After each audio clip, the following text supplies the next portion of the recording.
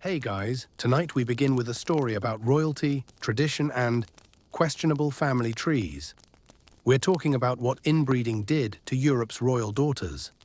That's right, all the palaces, crowns, and royal weddings came with one surprising side effect. When you marry your cousin for 10 generations straight, things get a little complicated. So before you get truly comfortable, take a moment to like this video and subscribe to the channel, but only if you enjoy what we're doing here. And please leave a comment letting me know where you're listening from and what time it is. I always find it so lovely to know who's drifting along with me from all over the world. Now go ahead and turn off the lights, maybe turn on a gentle fan if you like a bit of soft white noise, and let's ease into tonight's sleepy journey. Imagine you're a princess, born into one of Europe's great royal families. You live in a vast castle, someone brushes your hair each morning, wear gowns embroidered with golden thread, eat sugar-dusted pastries imported from the East, and everyone in your family shares the same ancestors, not just distantly, but very closely. In royal circles, marriages between cousins, uncles and nieces, even between bride and groom who shared the same grandparents, were completely normal. It was tradition, and also strategy. They believed keeping the royal bloodline pure would preserve power, land and status. What they didn't consider, or willfully ignored, was genetics. And genetics doesn't care about etiquette. When you repeat the same gene pool generation after generation, something will eventually go wrong. For many royal daughters, the effects weren't just physical, they affected every part of life. Some girls were born with weak hearts, brittle bones, or inherited disorders that didn't even have names back then. Others struggled with learning, with speech, or just felt tired all the time, without knowing why. Of course, none of this was officially acknowledged. These things were often disguised as delicate constitutions, sensitive temperaments, or deep emotional lives. But the truth is, many of these girls grew up in fragile health, and no one said it out loud. You'll hear names like Maria Anna, Margaret Teresa, or Joanna of Spain. They were princesses, future queens, bridges between mighty bloodlines. But they were also daughters of marriages that had been genetically looping for centuries, and that left its mark, not on thrones, but on bodies and minds. The sad part is that many royals knew this was a problem. But when your entire political structure depends on tradition, changing the pattern meant triggering a diplomatic crisis. If you didn't marry your daughter to your cousin in Austria, who would keep peace between your realms? If you didn't tie the line back to the Habsburgs, could you lose an entire kingdom? And so it continued. Generation after generation, princesses were born, trained in manners and courtly dances, coached to smile at the right time, and quietly shaped to accept a system that treated their health and happiness as the price of political stability. Some never married, and their health is too frail. Others were shipped off to distant courts where they knew no one, carrying illnesses they didn't understand. And a few, even after surviving long enough to wear a crown, lived within the quiet limitations of inherited burdens passed down through centuries. What's striking is how rarely we talk about this today. When we speak of royals, we picture crowns, power, battles, and dazzling gowns. Rarely do we think of the unglamorous legacy of endless inbreeding, and how its consequences fell most heavily on the daughters born into the role of princess. So tonight, we walk into the quiet worlds of these women, not to judge and not to dramatize, but to understand that sometimes behind all the symbols of power, there are deeply human stories of being born, growing up, carrying the expectations of an entire dynasty, and trying to make the best of it. And now our story truly begins. We continue the story with one of the most famous families in Europe, the Habsburgs. If you've heard of them before, congratulations. You've just met the grandmasters of royal inbreeding. The Habsburg dynasty ruled from Spain to Austria, and they did it by marrying each other. Not occasionally, but systematically. At some points, the Spanish royal family had the same ancestors on all four sides: father, mother, grandfather, and grandmother. To make it even more straightforward, one of the most well-known kings from this lineage, Charles II of Spain, was the product of 200 years of marriages between close relatives. And he wasn't the only case. But today we're not talking about kings. We're talking about daughters. The princesses born into this tightly woven family network who had to live with the consequences of it. Let's meet Maria Anna, a Habsburg princess born in Austria. She was married off to her uncle, her mother's younger brother. The wedding was grand, filled with envoys, feasts, and no one in the court found it surprising. It was considered a relatively standard political union. And the bride, just 15 years old, a little pale, constantly tired, yet still expected to stand tall in a dress that weighed nearly a kilo and smile for all the guests. No one asked how she felt, and no one asked whether marrying someone so closely related might affect future children. Some princesses born from such unions showed health issues early on. Some had brittle bones, some suffered seizures, and others developed cognitive delays. But courts had no geneticists and no understanding of inherited conditions. If a child was born frail, the answer was usually, "She doesn't tolerate the climate well," or "God has his reasons." Often these princesses didn't appear in history books. They lived short lives, were usually unwell, and left behind little that seemed remarkable. But that doesn't mean they didn't exist. They were girls born in the right place, at the right time, and yet forced to pay the price for decisions they had no say in. You can imagine what a typical day might look like. Someone dressed, brushed her hair, and brought her tea each morning. But each morning also began with exhaustion, headaches that made it hard to concentrate. Fatigue set in after simply walking from her bedroom to the dining hall. People described her as delicate, quiet, and deeply reflective. But the truth was often much more straightforward. She didn't have the strength to endure a 3-hour banquet. On good days, princesses were trained in writing, embroidery, and foreign languages, preparing for a marriage that would likely arrive within a few years. No one could say if she'd be healthy enough to bear children, but that mattered less than whether she was a strategic link on the political chessboard. And if she did marry, her husband would likely be another blood relative, to the point that outsiders struggled to make sense of the family tree. Meanwhile, ordinary people, those without noble bloodlines, enjoyed far more genetic diversity. They could marry someone from the next village or region, or even from different social classes. No one forced them to marry within their bloodline. No one told them to preserve noble lineage. And that diversity made them biologically stronger. But royalty was different. In the name of dynastic purity, they kept circling each other. And the daughters born from that, no matter how carefully cared for, could never fully escape inherited fragility's quiet but powerful effects. What's striking is that this didn't happen just once. It repeated for centuries, from Spain to Austria, Portugal to France. Wherever there was a throne, there were intermarriages. And wherever there were those, there were daughters who bore not just a crown, but the burden of their family's history. And yet, many princesses lived with remarkable strength. They adapted, they made the most of their circumstances. Some became powerful queens, others were quietly supported behind the scenes.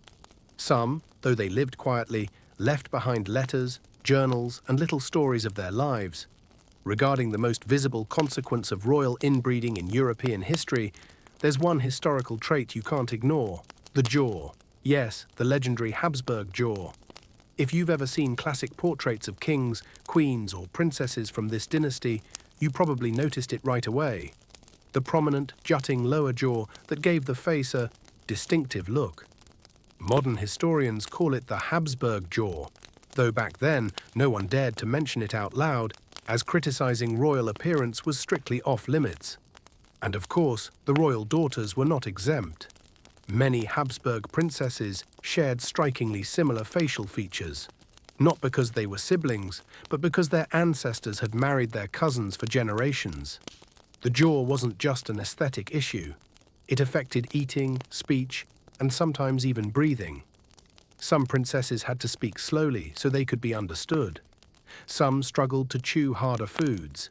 A few were recorded as having nasal or labored breathing, making long conversations tiring. Still, in court records, everything was phrased delicately. Official descriptions might read, "The princess bears the noble jawline of her dynasty," Or, her chin reflects the strength of her lineage. But behind the poetic language was a young girl who had to learn to speak without straining her jaw, eat without discomfort, and smile in a way that avoided gossip. To adapt, many were taught how to pose in portraits at a slight angle to soften the facial lines. Painters were instructed to be gentle with the features. However, no matter the artist's skill, reality cannot be entirely hidden. And the jawline wasn't the only issue. In some cases, it came with other conditions. Modern researchers suspect that associated problems may have included jaw pain, breathing disorders, and sleep apnea. These were rarely understood then, but many scientists reviewing portraits and medical records have formed strong theories today. Imagine a typical day for such a princess. In the morning, she's dressed by her attendants. Breakfast is soft barley porridge, a few raspberries, and white bread. Not by choice, but because her teeth can't handle anything harder. During Latin lessons, she's instructed to speak slowly and clearly, not just for pronunciation, but so others can understand her. During dance class, she smiles and bows to the instructor, but when it's time to curtsy, her breath shortens. A lady in waiting subtly adjusts her collar, adding lace to draw attention away from her jaw. In the afternoon, she strolls through the garden slowly, not far. She tires easily, but no one says it aloud. The staff knows to bring her back before dusk. Sometimes a court painter arrives for a portrait.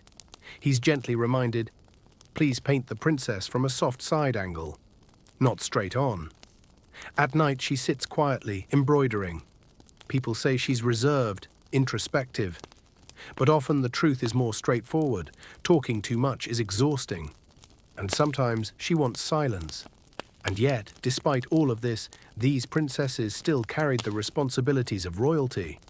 They were still expected to attend court functions, represent the dynasty, and be part of the marriage game to ensure the family's name would be passed down to the next generation. No one thought to stop the cycle. People said, "It's only one generation, it won't hurt." Or, "Her grandfather lived to 60, that's pretty good." But the more generations passed, the clearer the features became, and the more fragile the daughter's health grew. What's fascinating is that when science advanced, people looked back at royal portraits and began noticing patterns. Long faces, squared jaws, sunken cheeks, rigid posture. What once were symbols of nobility were now understood as the visible results of extreme genetic isolation. And if you think the jaw was a small detail, imagine living your entire life with a face everyone recognizes. Not because you're special, but because you resemble someone from 5 generations ago. Still, these princesses lived. They smiled. They fulfilled their roles. Because in a royal court, you don't get to choose your genes, but you are always taught to carry them as if everything is excellent. We've talked about the Habsburg jaw and the fragile health of royal daughters, but there's one more thing rarely acknowledged: the mental toll. Because between the elegant banquets and horseback lessons, there were princesses who felt not okay, but no one knew how to name it. In the Middle Ages and even into the early modern period, the concept of mental health barely existed in royal language. If a princess became quiet, overly sensitive, or reacted unexpectedly, people would say she had a delicate temperament or suffered from noble fragility. But today, many historians believe that some royal daughters may have lived with undiagnosed mental conditions, from depression and anxiety to neurodivergent traits, often stemming from generations of inbreeding. Take the case Juana of Castile, Juana la Loca, or Juana the Mad. She was the daughter of King Ferdinand and Queen Isabella, and the mother of Emperor Charles V. But throughout her life, she was labeled as mentally unstable, confined to a convent, and removed from politics. Was she simply mad? Or was she overwhelmed by genetics, impossible expectations, and the crushing pressure of court life? Modern analysis suggests Juana may have had bipolar disorder or severe depression. But at the time, any behavior that didn't fit the mold was dismissed with a single word: mad. Imagine being a princess raised under strict rules, never allowed to express genuine emotion. If you're angry, unladylike. If you cry, too fragile. If you laugh too loud, it is undignified. Over time, you learn to keep a neutral face even when your heart is racing. But the mask eventually cracks. That's when whispers begin. She's a bit strange. And in royalty, strange is enough to be isolated. Some princesses with emotional struggles were sent to convents, called places of rest. Others were kept in private apartments, supervised around the clock, not for care, but for control. The maids didn't call a doctor if a princess spoke to herself, cried for no apparent reason, or refused to eat. They alerted older noblewomen who would decide what to do. Most often, the decision was silence. Hide it. Don't damage the family's reputation. In many households, even the princess was never told anything was wrong. Her diet might be changed, her studies reduced, her activities shifted, all without explanation. Life continued, as if nothing was wrong. Of course, not all royal daughters struggled with mental health, but the rate seems unusually high, prompting historians to connect the dots. Repeated cousin marriages, recurring symptoms, and generations of hush-hush secrecy. And in this picture, the girls weren't the problem. They were affected by it. Imagine a day in the life of such a princess. In the morning, she stares out the window, not hungry. The maids think she's gloomy because of the weather. But in truth, she feels physically and emotionally drained without knowing why. When invited to walk in the garden, she shakes her head. People assume she's shy, but all she feels is a heavy, invisible anxiety. In the afternoon, visitors arrive.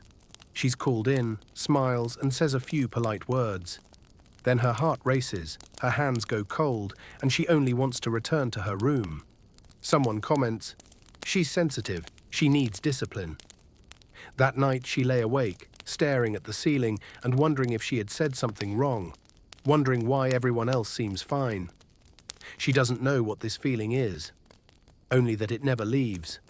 And the next day, everything repeats.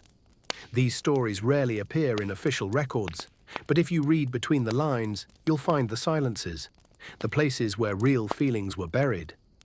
Silence was meticulously preserved in royal courts because royal blood could not be seen as weak. Everything had to be wrapped in ritual, robes, and titles.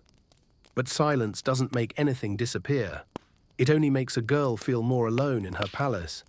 And when you understand that, you begin to look at royal portraits differently, not just as classical beauty, but as windows into quietly hidden emotions behind gentle gazes and perfect posture. When a princess in the royal family began to show signs of poor health, whether physical or mental, the court didn't make a public announcement. They didn't summon Europe's most famous doctors. They didn't send her off to a healing retreat in the mountains. Instead, they did what royal courts excelled at, finding a discreet solution, one that wouldn't draw attention, wouldn't damage the family's honor, and most importantly, would keep the princess available for political use if needed. One of the most common methods was early marriage. If a princess were weak or displayed unpredictable behavior, the court would try to marry her off as quickly as possible. Because the longer she stayed at court, the more likely outsiders would begin to ask questions. A quick marriage shifted the responsibility to the husband's family. And if anything went wrong, if she couldn't bear children or acted strangely, it was no longer the home court's problem. This happened often in medieval royal marriages. Girls as young as 13 or 14 were sent abroad to marry. Still barely grown, unsure of their roles, they rode carriages for 10 days to unfamiliar palaces, speaking new languages, to live with husbands who were often close relatives. Of course, not every marriage was designed to cover up a condition. But in many cases, it was the most efficient way to quietly remove someone the court didn't want to deal with long term. Another option sent her to a convent. This was the graceful route. If a princess was unwell or not considered suitable for political marriage, the family might declare that she had a calling from God. Convents at the time weren't always bleak. They could be quiet places with gardens, libraries, and routine prayers.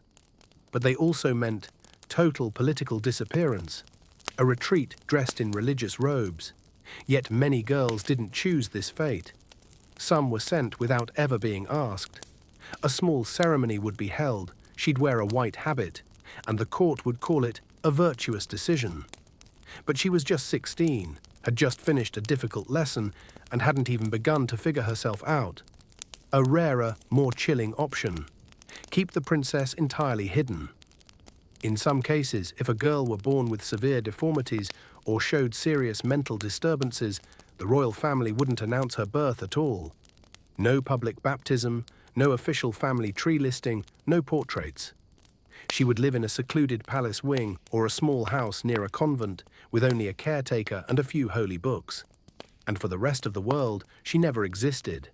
It sounds harsh, but this was a historical reality. Not necessarily out of cruelty, but out of the belief that the existence of a different princess would weaken the dynasty's image. At the time, honor mattered more than truth. In some cases, the court even tried to reframe the situation. If a princess didn't speak much or avoided people, they might describe her as deeply spiritual, close to God. They'd call her artistic and sensitive if she were melancholic. If she couldn't ride horses, the narrative would shift to preferring the contemplative life over sport. Every weakness was spun into strength through words. The saddest part, these princesses had no voice to push back. They couldn't stand before the court and say how they felt.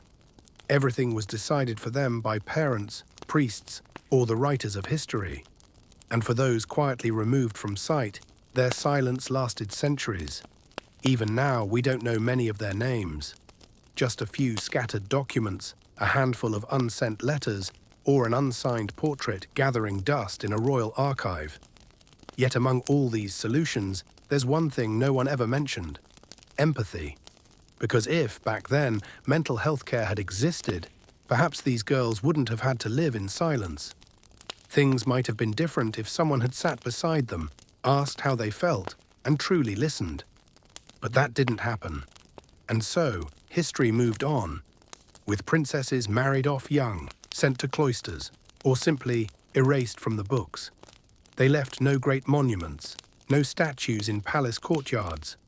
But if you look closely, you'll find them in the quiet corners of royal history. Girls carrying a question that was never answered. If I wasn't as healthy as expected, did I still belong? Not every princess could accept the fate laid out for her. Even in a world of rules and expectations, some girls stood up straight and said no when everyone else had already prepared the wedding. And among them, some names truly made royal courts. Scramble. Let's begin with Christina of Denmark. Born in 1521, she was one of the earliest princesses to reject a major political marriage openly. At the time, King Henry VIII of England, yes, the one with 6 wives, was looking for a new bride after the death of Jane Seymour. Christina was a promising candidate, young, beautiful, well-connected, and never married. So when asked whether she'd marry Henry, Christina calmly replied, "If I had 2 heads, I'd gladly give one to England." A polite, witty, and razor-sharp refusal. Respectful enough not to offend, but unmistakably clear. The story traveled across Europe. No one expected a princess to be so funny. But behind that line was a powerful decision. She had just said no to one of the most powerful kings of her time. And you know what? Christina wasn't punished. She lived a stable life, managed estates, corresponded with diplomats, and was never forced into another absurd match. Maybe because no one wanted to risk another one of her comebacks, possibly even sharper. Another princess, Marie-Joseph of Bavaria, once turned down a French prince's proposal simply because she didn't think it made sense. It sounds minor, but rejecting a political union at the time could derail an entire diplomatic plan. And yet, she did. Of course, not everyone who said no was left in peace. Some were sent away, disinherited, or kept under surveillance. But that still didn't stop a few of them from leaving a mark, not by ascending thrones, but by standing up for themselves. Imagine how brave that truly is. Born into a world where even your breakfast is scheduled by a committee, what to wear, what to study, who to marry, all decided without your input. Since childhood, people around you have discussed you like a future chess piece. This one will go to that prince, they'd say, as if you were a gift basket. But at some point you realize, you're not an alliance, you're a person. You can't be signed away like a treaty in a wedding dress. You weren't born to be the perfect connection. You want to be yourself. Some of these princesses began writing letters to their parents, sisters, and childhood friends in convents. Letters filled with emotion, but always written in courtly speeches' delicate, practiced tone. They confessed that they didn't want to marry a stranger. They feared living in a place where no one spoke their language, and waking up next to a man they didn't choose. Many of these letters were hidden, only discovered centuries later in royal archives. But when read today, they reveal that these princesses weren't just decorative or naive. They were emotionally aware and fiercely intelligent. They didn't rebel. They didn't flee. They wrote, "I don't believe this is right for me." And in an age where a woman couldn't even choose what room to dine in, saying that was already a radical act. Sometimes they found quiet allies, an understanding father, a seasoned aunt, an older brother who silently stood by his sister. With their support, a wedding could be postponed, or renegotiated with terms more favorable to the bride. Take Elizabeth of Prussia. She was considered the ideal bride for a neighboring prince, but she made demands to retain her personal property, to keep her attendants, and to have the freedom to write to her family without censorship. Excessive? Maybe. But the match continued because the court realized that marrying someone with a voice is better than marrying someone who is silently resentful. And so, even within the strict world of courtly obligation, princesses still carved out different paths. Not all of them succeeded, but their presence, the quiet fact of them, opened a door for future generations. They may not be remembered as ruling queens or famous wives, but they were a vital part of royal history, the first to ask, "Why must I marry this man?" And sometimes asking the question was enough to shift how people saw what it meant to be a princess. Not every princess had the luxury of saying no. For many, marrying within the family was unavoidable. And when those incestuous royal marriages took place, the consequences didn't stop with the bride. They became clearest in the children that followed. Let's revisit a familiar name, Maria Anna of Austria, a princess of the Habsburg dynasty. As mentioned earlier, she was married to none other than her uncle, King Philip IV of Spain. It was a royal match in title and a textbook example of genetic repetition within a single dynasty. And then they had a child, a seemingly healthy baby boy named Charles. It sounded like good news, right? A royal heir, ready to inherit the Spanish throne.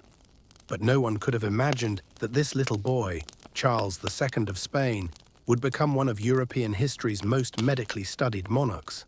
From an early age, Charles II suffered from a host of health problems. He was developmentally delayed, had difficulty speaking and learning, and was frequently ill. As an adult, he still could not walk properly, had trouble hearing, and could not govern independently. Worse, despite marrying twice, he never produced an heir. Why? Centuries later, researchers studied his family tree and discovered something shocking. Charles II had 8 great-grandparents, but only 6 unique individuals. In other words, his bloodline had coiled in on itself over generations, leading to severe genetic consequences. This isn't a fairy tale. In European royal families, many princesses gave birth to children with the same inherited patterns. Some were born with blood disorders like hemophilia. Others had neurological delays or severely weakened immune systems from a young age. And what's worse, princesses were often blamed. If a child were born unhealthy, the first question would be, what did the mother do wrong?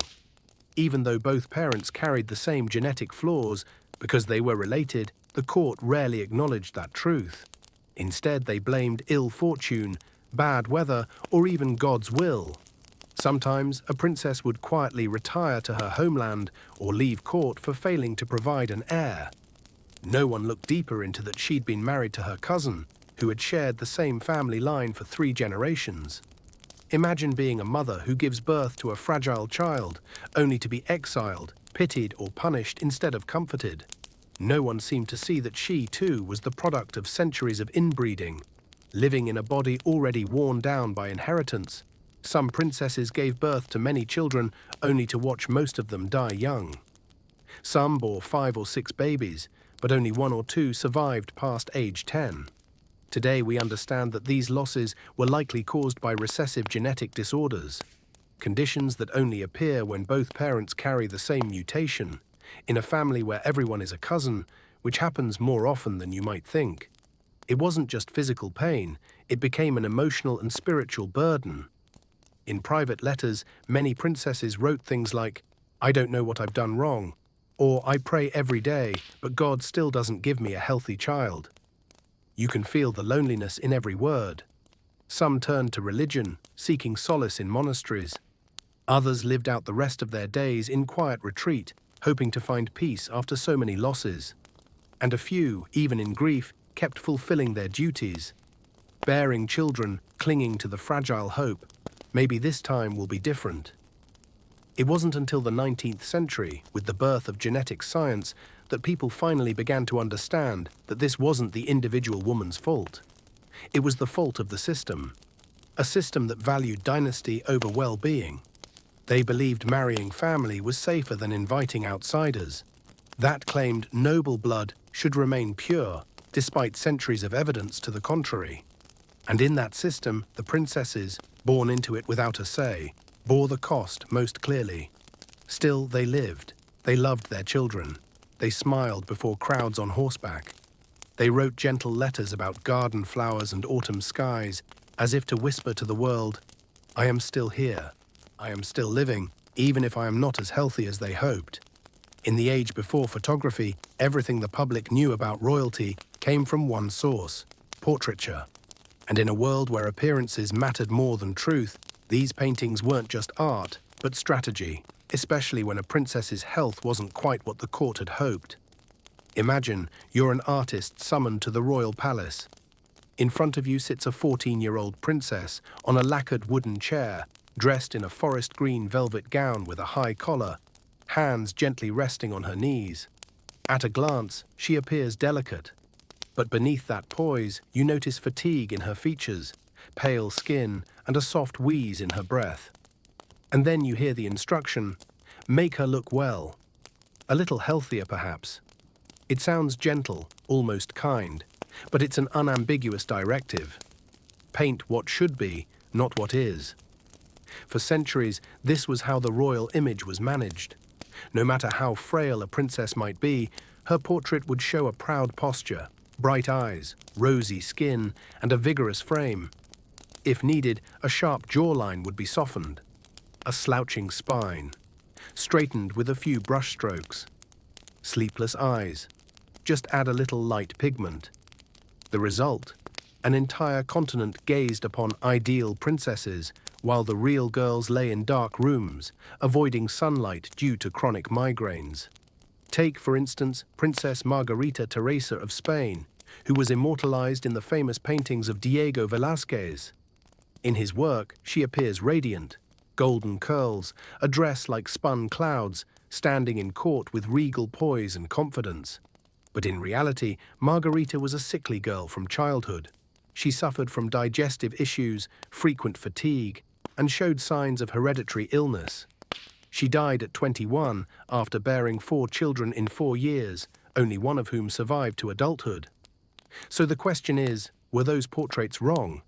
Not necessarily. Margarita may have smiled, worn beautiful dresses, and had moments of joy. But those portraits weren't the whole truth. They were a selected sliver, carefully lit, elegantly styled. Most importantly, it was aligned with what the royal family wanted the world to see. This happened again and again. A scar, not painted, a slight eye misalignment, pose her at an angle, one shoulder lower than the other, drape the gown differently, and if that didn't work, adjust it in the painting. Sometimes even age, height, and body shape were retouched to fit political optics. If a young bride looked too childlike, the portrait might age her up. If she were nearing 30 and still unmarried, she might appear slender and full of youthful glow, as if still 20. Strangely enough, many princesses didn't resist. Some understood. If they looked well on canvas, their chances of securing a strong political marriage improved. So they cooperated, sitting tall, smiling softly, posing just right. A flattering portrait wasn't just an honor, it was diplomacy. So who saw them as they were? Perhaps only their closest attendants, the one who prepared their breakfast, walked them through the garden, changed their warm towels every evening because the princess caught colds easily. Everyone else? They saw smooth skin, bright eyes, calm expressions, and an upright, polished figure. And so their physical or mental health was gently brushed over with layers of paint. Not quite lies, but strategic omissions. Because in the royal court, the truth wasn't always convenient. But of course, the more silence there was, the greater the gap between the portrait and the person. Today, historians looking back at royal portraits have begun to ask, why do so many of these princesses look the same? Why do their eyes seem tired even as their faces smile? What have we missed beneath the brushstrokes? The answers may not lie in the paintings themselves, but in the letters, the diaries, the physician's notes, or simply in the quiet truths that history chose not to write down. As we saw earlier, portraiture could reshape reality, but never capture emotion. And so, what couldn't be painted with a brush often slipped quietly into more private spaces. Unsent letters, journals, physician's notes, or whispered recollections from maids. That's where the truth began to surface, softly, subtly, but more clearly than any canvas ever could. In the late 17th century, monks discovered a worn-out chest in the library at a small convent near the Austrian-Bohemian border. Inside were not scriptures, but letters, never sent. They were signed only with the initials E von H. Based on the formal tone and word choice, historians believe these letters belonged to a princess placed in the convent due to poor health. There were no dramatic laments, no accusations, just soft, quiet passages about headaches, fatigue, and the sadness of watching snowfall she was too weak to walk in. In one letter she wrote, "Today I looked out at the courtyard. The pear tree has lost its leaves, as though autumn decided it was no longer worth holding on. Perhaps I too am learning to do the same." It wasn't a cry for help, just an acceptance. But it was the kind of sentence that makes a reader pause. Not all princesses could write letters, but those who did left some of the most honest glimpses into royal life, unpainted, unfiltered. Some surviving physician notes from royal courts are equally revealing, despite their formal language. Occasionally, you'll read lines like, "The princess remains frail," "Left leg shows continued stiffness," "Mind slightly unsettled," "Cause unknown," or "Patient is prone to worry," "Sleep is irregular, appears to prefer warm milk, dislikes strong light, seeks silence." These clinical observations sketch out a more accurate portrait. A girl who may be the daughter of a king or granddaughter of an emperor, but who wants to lie down, drink something warm, and not worry if she'll be married off tomorrow to someone she's never met. Even less known are the notes left behind by ladies-in-waiting. These women weren't advisors or painters. They dressed the princess, braided her hair, turned down her bed, and carried her tea. We see how these women witnessed the unspoken pain in tiny notebooks tucked into old wardrobes. One such entry reads, "Last night, the young mistress woke 3 times, asking what hour it was. Then she whispered, 'I wish I could go home,' and said nothing more." None of these notes was dramatic, but pieced together, they reveal a delicate picture. A life wrapped in ceremony, but still leaking quiet truths between the folds of time. What all these sources, letters, journals, physician notes, share is this: they were never meant for the public. They stayed hidden in trunks, iron chests, or library vaults for centuries. Only when historians began to search with a more sensitive lens were they brought into the light. And strangely, even after all these centuries, the tone of those old letters still feels close. Maybe it's because human emotion hasn't changed much with time. Loneliness, fear, and the desire to be loved live in every heart, whether crowned or common. From those scraps of paper, we see what paintings could never say. Princesses born into bloodlines riddled with genetic fragility weren't just physically affected. They lived in a world where weakness was failure and silence was considered virtue. And yet through silence, they left us something powerful. They wrote it down. And in doing so, they left a message for the future. I lived. I felt. I wasn't perfect, but I was still me. As we quietly read the unsent letters in the previous chapter and listened to the hushed whispers behind palace walls, it became clear that a world of deep fragility lay beneath all the elegance. But no matter how delicate their health was, royal princesses were never exempt from one unyielding duty: to become a wife and produce an heir. Because in the eyes of the court, every girl born with the title Daughter of the King had precisely two choices: marry for politics or marry for politics.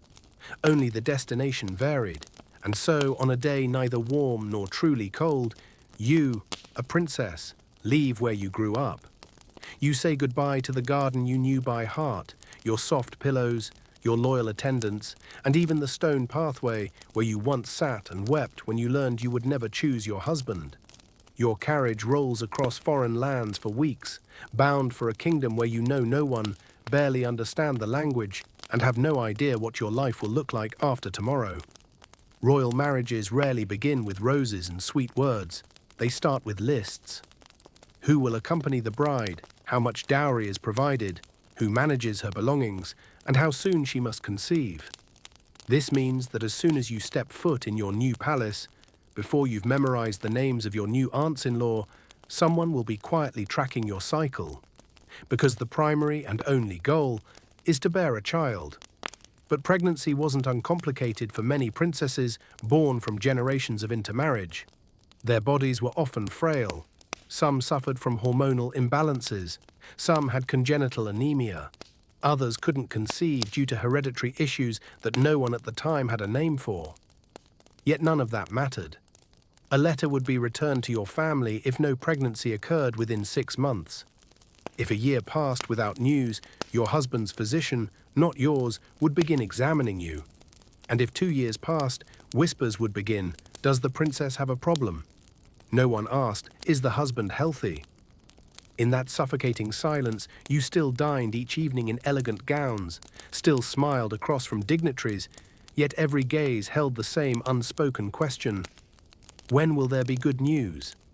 And then, suppose you do get pregnant. The early months became a tense ordeal. Royal physicians monitor every wave of nausea. Every sigh is noted in a journal. You want to lie down, breathe slowly, and pray that the child is healthier than you. Because if not, the cycle may repeat. Many princesses gave birth to weak children, born prematurely, or who died within days. They were never allowed to grieve publicly because they were wives of princes, mothers of heirs, and representations of royal honor. They were told, be strong. But how strong is strong enough? Some women lost 2 or 3 children before one survived. Some gave birth 7 times, but only one child lived to see age 10. Their bodies grew weaker. Their spirits are more fragile. Yet still they were expected to try again.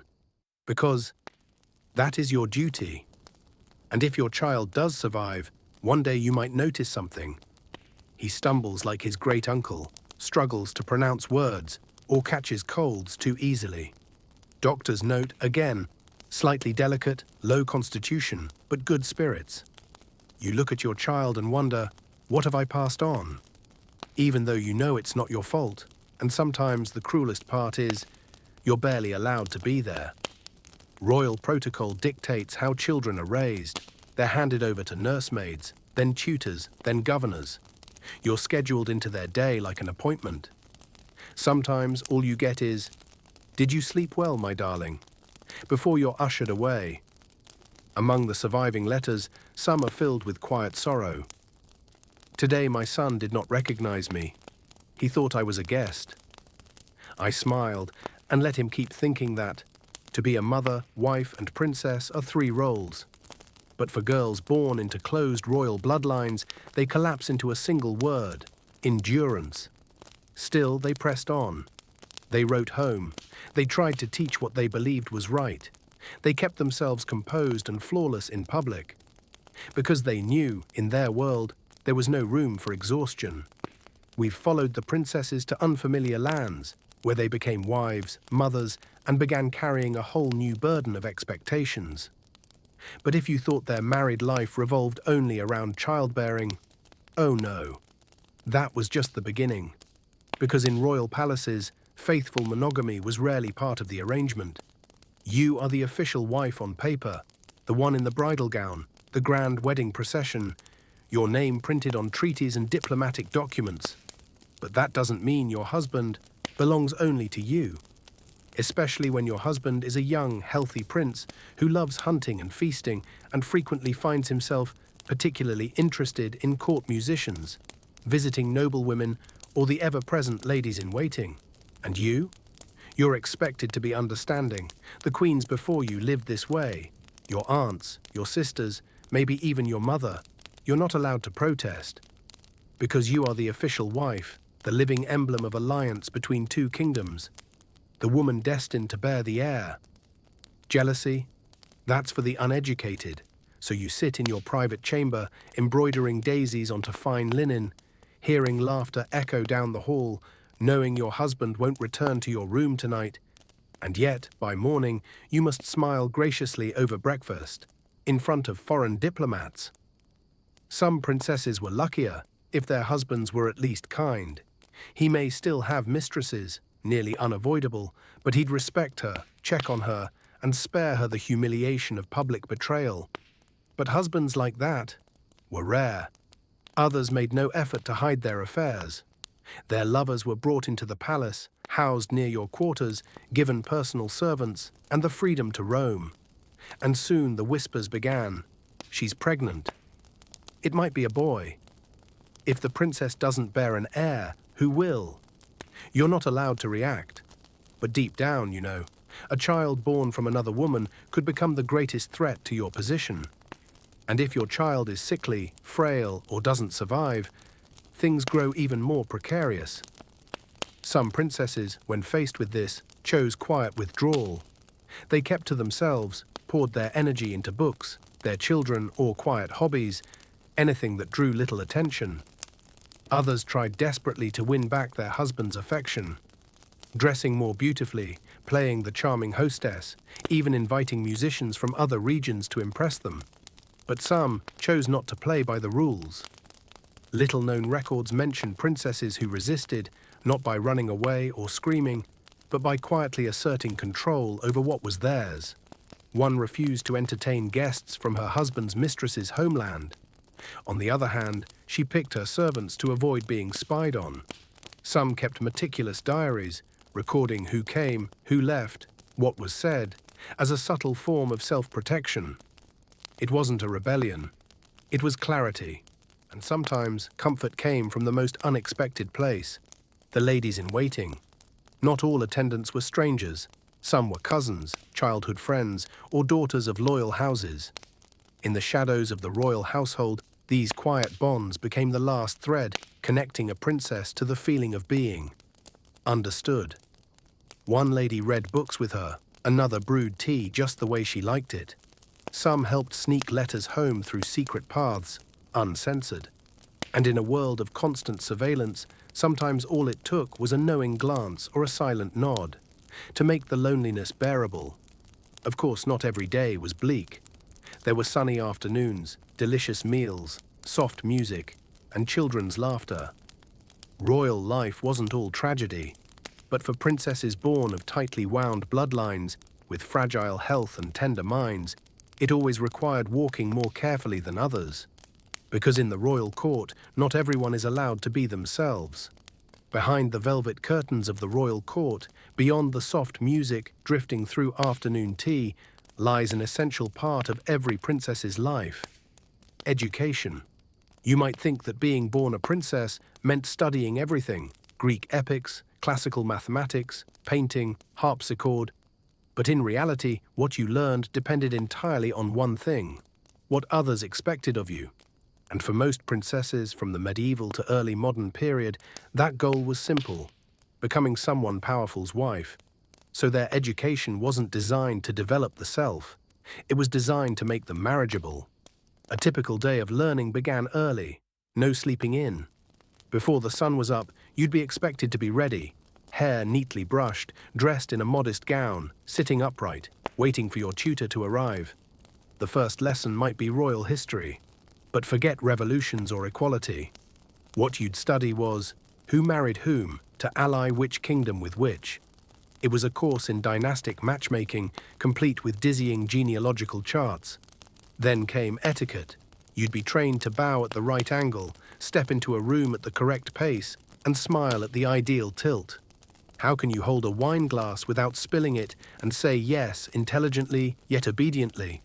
Next was language, but not for debating or writing essays. You learned languages to read your future husband's letters. If you were to marry into France, you would know French. If Austria, then Germany. And you had to learn fast, because marriage could come at any moment, the instant your father deemed the political climate ripe. You were also expected to know music and embroidery, just enough to impress. Not to become a virtuoso, but to play a short tune. Not to create a masterpiece, but to embroider a dainty handkerchief. Why? Because in diplomatic gatherings, when you played or stitched for given guests, people would murmur, "So graceful, so refined." No one asked if you enjoyed it. Still, some princesses exceeded expectations. Some genuinely loved learning. A few mastered 3 or 4 languages.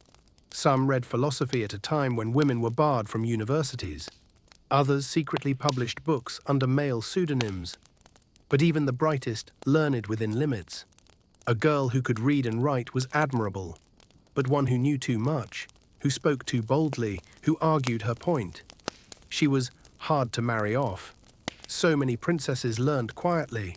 They hid beloved books under pillows, scribbled notes on the back of etiquette drills, and whispered their honest thoughts only to a trusted servant. Some even used education as a shield. Didn't want to join a dull meeting with a dull suitor. I must finish my Latin lesson. Not eager to walk with gossipy ladies in waiting. It's my music practice day. And when the world around them became too noisy, studying was their last quiet space. But alongside the studious ones, there were also many princesses who couldn't learn, not because they were lazy, but because of chronic illness, constant fatigue, headaches, poor focus, all symptoms of hereditary conditions quietly passed down for generations. Some were described as dull, forgetful, or unable to retain lessons. But no one asked why. Instead, lessons were shortened. Tutors switched to gentler subjects, like flower painting or memorizing religious texts. And in the end, her profile for marriage would say, though not distinguished in academic pursuits, she is gentle, agreeable, and highly respectful of tradition. A lovely sentence, and a very sad one. Because you can see clearly, the goal was never to learn for yourself. It was always to prepare for the role others had chosen for you. From a young age, princesses were groomed to become symbols of peace, royal honor, and, quite often, of so-called ideal beauty. But everything began to change when they entered puberty. This is a sensitive time for anyone, but for princesses born into dynasties with inbred bloodlines, puberty wasn't just about growing up. It was when inherited genetic issues, passed silently through generations, began to surface. It started small. A 12-year-old girl who still hadn't grown as tall as her peers. A 13-year-old princess who suddenly became constantly fatigued, pale-skinned, or plagued by headaches while reading. Another began showing signs of anxiety, insomnia, or fear of crowds. These signs should have been cause for concern, but in royal courts they were often brushed off as a transitional phase, a touch of adolescent frailty, or more delicately, a unique temperament. And the parents? If they were kings or queens, they were often too busy with meetings, political affairs, and ceremonial duties to notice that their daughter was entering a critical and risky stage of life. In some courts, personal physicians were called to conduct routine health checks. They would measure height, check pulses, inspect skin, hair, and nails. If they found something unusual, they wouldn't inform the princess directly, but instead send a discreet note to her mother or guardian. The most common response: suspend lessons, reduce public appearances, and wait and see. This means that if a young princess weren't developing properly, the court would quietly minimize her visibility, cancel public events, postpone portraits, and sometimes omit her name from marriage negotiations. In gentler words, she was removed from the eligible brides list. It was also during this stage that genetic traits became more physically apparent. For example, the Habsburg jaw became more prominent as the face matured. Misaligned teeth and malformed jaws made chewing difficult. Some princesses showed signs of scoliosis, uneven shoulders, or unbalanced posture, though no one dared point it out. Because acknowledging the truth sometimes meant tarnishing royal honor. In the ladies-in-waiting journals are notes of a young princess who often fainted from standing too long. Instead of a thorough medical examination, she was given a chair near the main altar, so if she tired, she could just step back and sit. No one questioned it. No one probed further. Another princess began suffering from nosebleeds every winter. It was attributed to a weak constitution, but modern medicine suggests it could have been a sign of a hereditary blood disorder, a condition common in inbred noble families, especially in the royal houses of Germany, Austria, and Spain. There were also signs no one wanted to talk about: irregular menstruation, intense abdominal pain lasting for weeks, or the complete absence of a cycle even at age 17 or 18. These were hushed up and, in some cases, quietly removed a princess from marriage plans. Rather than saying she hasn't developed properly, they would write, "The princess currently requires more time to strengthen her health and moral character and is not yet ready for marital duties." A very royal way of putting it. And of course, psychological factors couldn't be ignored. At the very age when a girl's mind is forming, these princesses lived under rigid constraints. No choosing friends, no choosing books, no going outside alone. If one suddenly became quieter or cried more often, it would be labeled moody, instead of being recognized as potential signs of adolescent depression. What was expected, according to the court, was silence. Silence was so complete that people would still wait even when something was genuinely wrong. Because perhaps once she's older, things will get better. But things didn't always get better. For some princesses, puberty marked the start of a lifelong battle. Chronic fatigue, headaches, insomnia, mild memory loss, and emotional instability. Ironically, they most needed attention when they were most likely to be forgotten. If you've ever dreamed of a royal wedding filled with fresh flowers, heartfelt emotions, and a radiant bride's smile, then you probably shouldn't look too closely at past royal weddings. Because there, a wedding wasn't meant to celebrate love. It was meant to seal a treaty. In the previous part, we saw princesses entering puberty with fragile bodies and minds full of questions. And not long after, they were told, gently and entirely one-sidedly, that it was time to marry. Not, "Would you like to marry?"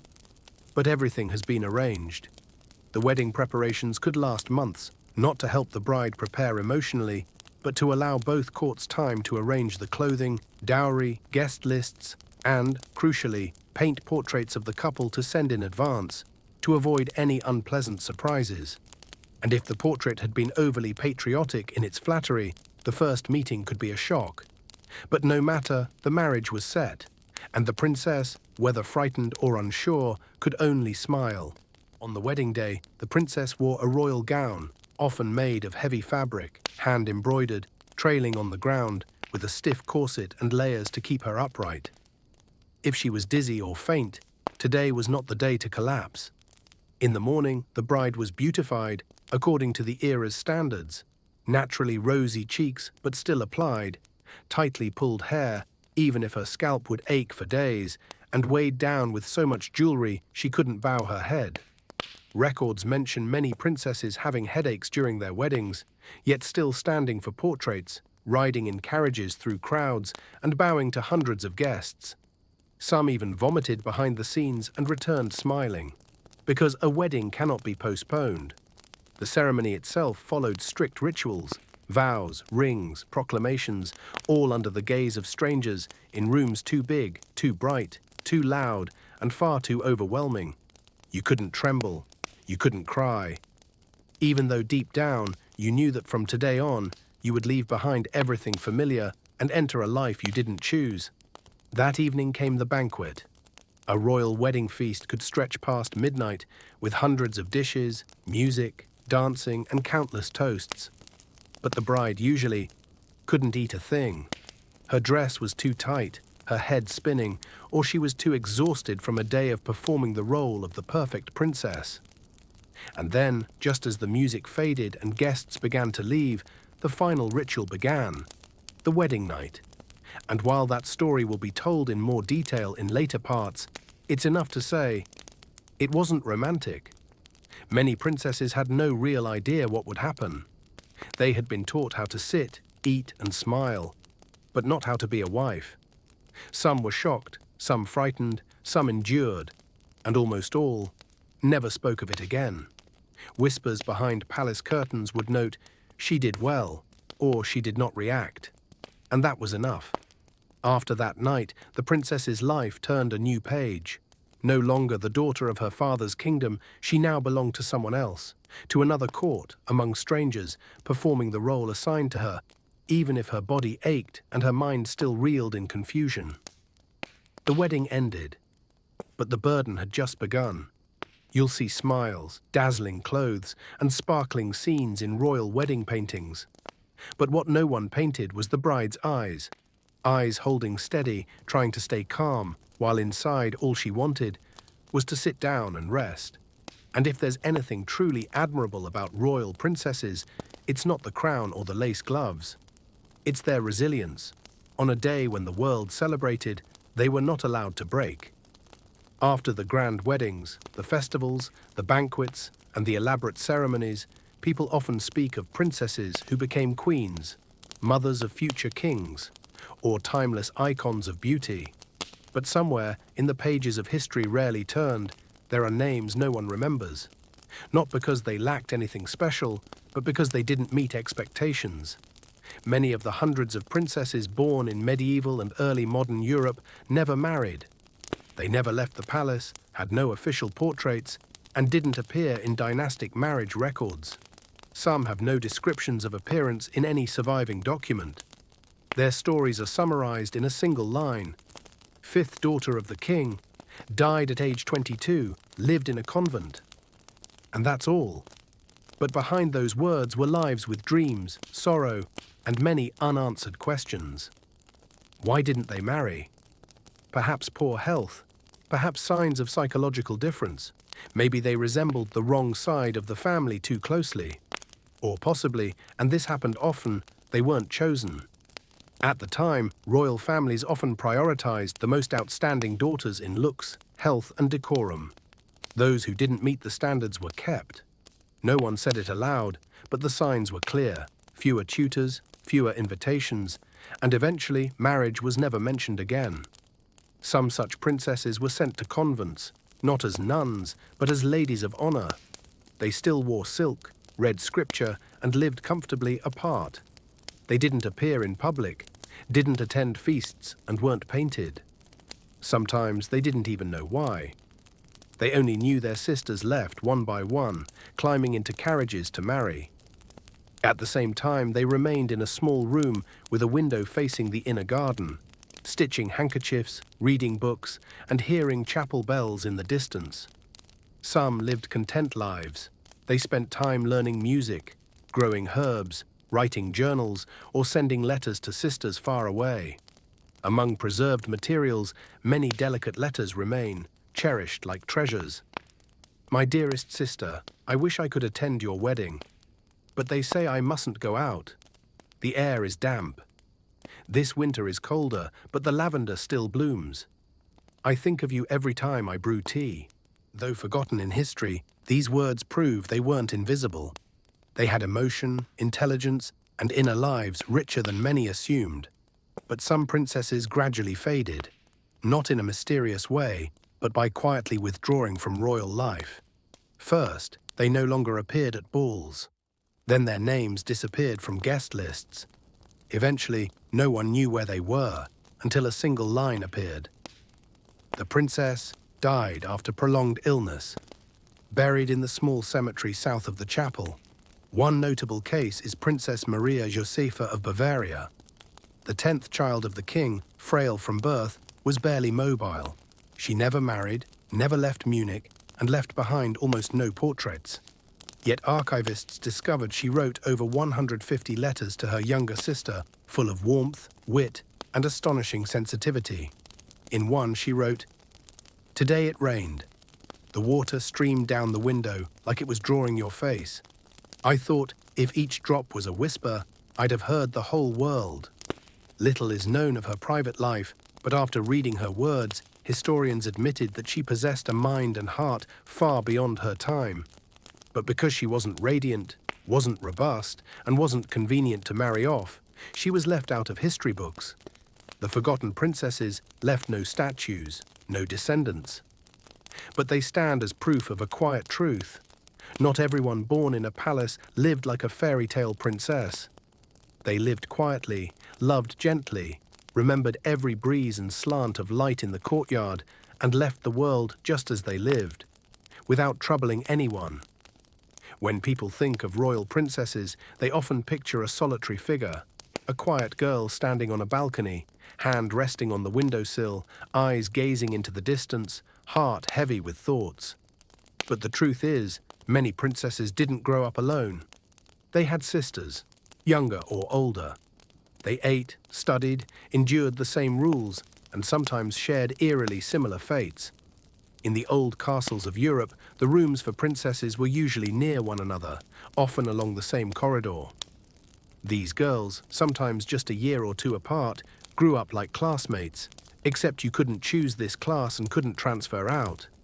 And if you think that would create a tight bond, you'd be partly right. But it also came with a maze of quiet rivalries, the kind only royal families know. Imagine you and your older sister learn from the same tutor, play the same music, and do the same embroidery. But at age 13, someone comes to examine her. Then they announce, she is beautiful enough, healthy enough, obedient enough, she's ready for marriage. And you? You're not. No one says it aloud, but you understand. They came to choose, and they chose her. You feel like a folded napkin set aside, not discarded, but no longer the focus. On the other hand, if you are the one chosen first, you might feel guilty. You see your younger sister sitting up straighter, trying to play better, dress prettier. You know she too wants to be picked. But this time, you are the one leaving. Some princesses wrote letters to each other after one left the palace. One wrote of boring lessons back home, the other described a foreign life with a cold husband and a room where no one spoke. "My dear, it's lovely here, but you wouldn't like it. No one sits beside me while I embroider." Even living in different palaces, royal sisters found ways to stay in touch. They sent letters, exchanged embroidered handkerchiefs, and asked maids to carry tiny gifts. A bottle of rosewater, a small wooden figurine, a bundle of handwritten pages with bedtime wishes. Small things, but reminders that someone still thought of you. Still, sisterhood among royals wasn't always peaceful. Sometimes minor differences turned into cracks, like when one had a son immediately and the other struggled for years. Or one married into a wealthy, powerful kingdom, while the other was sent to a colder, smaller land. There were even cases where both were set to marry, the same man, metaphorically or literally. When unable to marry one sister for political reasons, some European princes turned to the other. Worse still, some married both, one as wife, the other as assistant in the harem. Imagine sharing a table with your sister, knowing your husband is hers. Sharing tea, wearing matching ceremonial dresses, smiling politely, but never quite at ease. Yet, despite the rivalry and quiet tension, many royal sisters maintained genuine affection. Perhaps because they were the only ones who truly understood each other, even in their blood. They knew what it felt like to have a headache from wearing a heavy crown. They knew the sign after sitting too long in a stiff chair. They knew the quiet dread that settled whenever someone mentioned a marriage alliance. Most of all, they knew the feeling of being a girl in a world that never lets girls decide. There's a touching story about two French princesses, Charlotte and Isabel, from the 16th century. Charlotte was frail, thin, often ill, and never chosen to marry. Isabel was sent to Italy, but every spring she mailed a handwritten letter and a dried bouquet with the note, "I never forgot the smell of your hair in the orange grove. You're still embroidering handkerchiefs, aren't you?" Lines like that don't appear in history books, but they show something real, True sisterhood doesn't need to be declared. It lives in the little things, a gentle hair stroke before a lesson, a hidden touch beneath the table after a scolding, a knowing glance when both realize the wedding is near. The most terrifying thing for a princess wasn't just loveless marriages or frail health from inbreeding. It was something quieter, more persistent, the fear of being replaced. It sounds strange. How could someone born into luxury, the official wife of a prince or king, possibly be replaced? But in a world where a princess was valued more for her function than her personality, it happened more often than you'd think. Imagine this. You're married off as part of a treaty. You didn't exactly choose your husband, but you try to fulfill your role. You bear 1 or 2 children, or maybe none. You attend ceremonies, sit through hours of banquets, always smiling at the right time and staying silent at the right time. Then one day, you overhear a hallway whisper, "That young lady from the south, she's clever, quick-witted, with a lovely singing voice." Or a softer but sharper comment, "Apparently, she and the king have very good conversations." You know what that means. Not that you'll lose your crown overnight, but slowly, you'll become unnecessary. At first, you're no longer invited to royal hunts. Then your seat at dinner shifts further from your husband. One by one, your maids are reassigned, and familiar faces disappear. Meanwhile, the other woman, with no title at all, appears more and more. She walks with the king to the chapel, attends the masquerades, and even shows up in new paintings lining the palace halls. You're still the official wife, but the creeping feeling of being ornamental starts to settle in. In European courts, kings having mistresses was nothing new. What varied was how they treated the former center of attention, you. Some monarchs maintained public respect for their queen. You might still sit beside him at important events, have your budget and loyal servants. Others treated replacement like redecorating, switching out a wooden chair for one with silk, no permission needed. And you, once the centerpiece of a political alliance, must learn to step aside. In the diary of a Prussian princess, she wrote, "I don't blame the new one. She's young, healthy, has never borne children. She sings beautifully, chooses perfume well, and doesn't get headaches when the weather shifts. If I were king, perhaps I'd choose her too." It wasn't jealousy. It was exhaustion from someone who tried so hard, only to realize that effort alone couldn't guarantee permanence. Some princesses tried to win back attention. They changed their hair, took up painting, and forced themselves to dance despite aching knees. They summoned the best tailors and tried to sparkle at events. But if the heart had already chosen, all that became like wind brushing past the curtains. Others withdrew. They moved to quieter parts of the palace, made fewer appearances, and lived silently with books and children. Some entered convents, a graceful form of escape. Some spent days gardening, writing letters, speaking kindly, even when no one truly listened anymore. Still, among all the replacements, one unshakable truth remained. They were princesses. And once you've stood at the center of a royal treaty, your name lives on, at least in ceremony. Even when love fades, respect lingers. On paper, some princesses learned to turn replacement into freedom. They were no longer scrutinized for every word, no longer chased expectations. And sometimes that quiet distance lets them return to being a person. Not the royal womb to bear an heir, but a woman who could read all afternoon, brew tea just how she liked, and choose silence over answering. After years of enduring the duties of royal marriage, motherhood, and playing the part of the ideal woman, only to be slowly replaced, many princesses entered the final chapter of their lives with a strange, quiet question. Had they finished living their lives, or had they only just begun being themselves? There were no more expectations to bear children, no more banquets, public receptions, or standing beside a husband during ceremonies. No one expected them to be beautiful anymore. No one insisted they keep up embroidery. And as the spotlight faded, they were, at last, left alone. And in that stillness, many princesses truly lived for the first time. Some moved into old palace corners, the garden their mother once tended. There they planted herbs, kept an old cat, wrote letters to grandchildren, and drank tea whenever pleased. Not for show, not for obligation, just because they wanted to. One German princess, once deemed too fragile to rule, spent the last 25 years of her life in a small castle near a lake.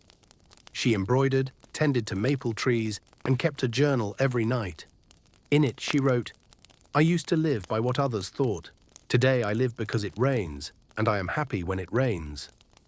Not all were so lucky. Some princesses ended their days in isolation. Once they were no longer a powerful man's wife or a player in a political narrative, they faded like forgotten pages in an old book. Some were relocated to side estates, accompanied by a few aging servants and a part-time physician. Their monthly stipend barely covered basics, and when they died, their obituary was brief. The lady passed away after a period of illness. A private funeral was held within the royal family. No crowds, no national mourning, and sometimes no one even remembered her exact age. Some passed with quiet sorrow, not because they hadn't lived as they wished, but because no one had ever asked them what they hoped for. A lifetime of following orders, obeying expectations, and playing roles. By the time they could finally sit still and reflect on who they were, their memory slipped away, piece by piece. Curiously, many princesses weren't afraid of dying. They feared something else entirely, being forgotten. Not out of vanity, but because they had tried so hard, and all they wanted was for anyone to acknowledge that, even in a single sentence. In the final weeks, many wrote letters to a sister, a child, a priest, or an old maid. The contents were simple. If anyone asks about me, say I tried to do what was right. Or, I don't know if I lived well, but I always loved lavender, and I never hurt anyone. Those words don't make you cry. They make you sigh, because so many royal lives, after all the silk, gold, and ceremony, ended with such quiet tenderness. Some princesses left their burial wishes, to be buried where the morning sun would reach them, or beside a tree they once sat under reading as a girl. Some requested no statue or grand tomb, just a small headstone with their real name, no title. And in that final moment, they were no longer a wife, daughter, or political token. They were simply a woman, finally allowed to lower the curtain, gently. The comfort is this. Though history once forgot them, today, through old letters, journals, and oral stories, people have begun to listen. They're beginning to remember that many princesses were never famous or influential, but they lived, felt, grieved, loved, and once smiled, for something tiny. We've talked about personal sorrow, a lonely princess, a loveless marriage, a weary woman forgotten after a dazzling wedding. But what people rarely mention is this. When those sorrows are deep enough and long enough, they can bring down an entire empire. It sounds dramatic, and it truly is. Let's revisit a name we've mentioned, Charles II of Spain. A child born from the marriage of Maria Anna of Austria and her uncle, King Philip IV. From the moment of his birth, Charles was not well. He couldn't nurse properly, had a weak jaw, underdeveloped limbs, and frequently fell without knowing why. When he finally learned to walk at age 3, there was a celebration. But it quickly became clear that every step was a struggle. Charles's entire life was defined by complex medical issues. Digestive, circulatory, respiratory, and neurological. It's said he couldn't read clearly, could barely write a few lines, and often got lost inside his palace. Now imagine this. You're the king of one of Europe's greatest empires, ruling from the Netherlands through Italy to colonies in the New World. And you can't dress yourself. Why was Charles II like this? Just look at the family tree. Modern studies show his coefficient of inbreeding was 0.254. That number might sound dry, but to put it plainly, a child born to a brother and sister would have a coefficient of 0.25. In other words, genetically speaking, Charles was the result of a mirror folding in on itself, repeatedly, reflecting the same genetic code. Historians half-jokingly call him the final product of uncontrolled royal marriage policies. Charles reigned from 1665 to 1700. But truthfully, during those 35 years, Spain didn't have a functioning king. Power was fractured, with noble factions fighting like a chess game without a king piece that could move.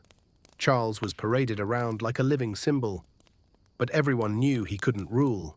He married twice, the first time, in hopes of producing an heir. No success. The second time, still nothing. Both wives left behind notes filled with sympathy and exhaustion. One wrote, "His Majesty is very kind, but also very tired. Every morning begins with pain, and every night ends with coughing." In 1700, Charles II died without an heir. And what happens when an empire has no successor? You guessed it, war. After his death, no one was closely related enough to inherit without sparking controversy. The Spanish crown became a prize up for grabs, and thus began the War of the Spanish Succession, a decade-long conflict that claimed hundreds of thousands of lives. All because one man could not have a child. And that man was the direct result of generations of inbreeding, a desperate effort to keep bloodlines pure to the point of suffocation. But the issue didn't stop with Charles.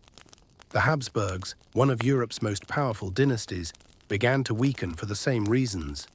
Their rulers were increasingly frail, infant mortality rates rose, and most critically, they lacked heirs healthy enough to sit on the throne. And when no one is strong enough to succeed you, a throne, even one made of solid gold, can't hold up a crumbling empire. Another example is the Austrian branch of the Habsburgs. After the era of Empress Maria Theresa, one of the last powerful monarchs, her descendants continued marrying within the family. The 19th century then saw a string of disasters: princesses dying young, princes committing suicide, and the heir to the throne assassinated in Sarajevo, which, as you know, lit the spark for World War I. Not everything can be blamed on genetics, but it's clear when your ruler can't stand alone, the empire begins to stagger too. Inbreeding wasn't just a personal tragedy, it was a ticking time bomb. And when it exploded, the fallout didn't stop at one sad woman in a castle. It reshaped the political map of Europe. If you think every child born of royal blood grew up wrapped in silk, with private tutors, painted portraits, and a marble tomb waiting, then listen to the stories of the nameless ones. They were born of relationships, never recorded, sometimes between a noble and a young maid. Sometimes the quiet result of a political marriage is accompanied by a secret love outside the palace. Often these children carried genes from both royal branches because their parents were inevitably related. But since they weren't born through the proper channels, they had no titles, no right to inherit, no official education like a prince or princess. Instead, they were sent to distant manors, raised under the care of a discreet housekeeper or a silent monk. Their names were gentle, plain: Jean, Maria, Louise. No last name, no title, no of which house. Each month, a stipend would arrive, unsigned. Their homes were modest but well maintained, not lavish but never bare. And so these children grew up on the edge of history. Strangely, many grew up healthier than the princes inside the palace, because they weren't victims of genetic recycling. Their parents, though unmarried, weren't close blood relatives. So Jean or Maria could run all day without fainting, climb trees without headaches, and eat seafood without allergic fits. But of course, strong bodies couldn't fill the hollow in their hearts. Who was my mother? They say she was the wife of a king. And my father? No one says. They grew up with questions no one would answer. Some quietly accepted it, living as recluses or joining the clergy. Others searched for their origins, digging through libraries, questioning old servants or staring long at royal portraits, trying to find familiar features. A slightly pointed chin, tilted eyes, a mole on the left cheek. Historians have found strange notations in royal archives, like a quarterly sum sent to Abbey X for the tuition of M. Or M requested a surname change but was denied, referred to only as a gifted student from the northern province. Who was M? No one says. And then one day you discover some of these children lived just a few doors down from the throne. And no one ever knew. Records from the French court list at least 17 illegitimate children born across generations of kings. But only a third were ever acknowledged. The rest? They lived, loved, married, had children, and passed on like anyone else, leaving behind only one quiet truth.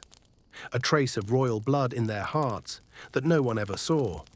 Someone once asked, did these children ever feel resentment? The answer is, not always. Some wrote letters requesting to study medicine. Some became musicians. Some left behind a line in a journal. I used to believe I belonged to something grand. Now I find peace in the garden. Perhaps the flowers don't care whose child you are. Soft enough to make you pause. But things weren't always so gentle. Some children, once grown, tried to reclaim their place. They sued or sought political backing, declaring, I have a right. I am legitimate. And sometimes that lit the fuse to power struggles. Though no one would admit it all started with a mistake in the royal bedchamber 3 decades earlier. We may never know all their names, but they existed. And if you trace the quiet paths of those forgotten genes, you'll find royal blood never disappears. It simply changes course. When people speak of civil war, they often picture brothers at arms, bloodshed over thrones, or noble factions clashing in muddy fields. But few talk about those who never held a sword, never marched to war, yet were thrust into the most critical roles. The princesses. And sometimes they were the first to suffer, long before the fighting truly began.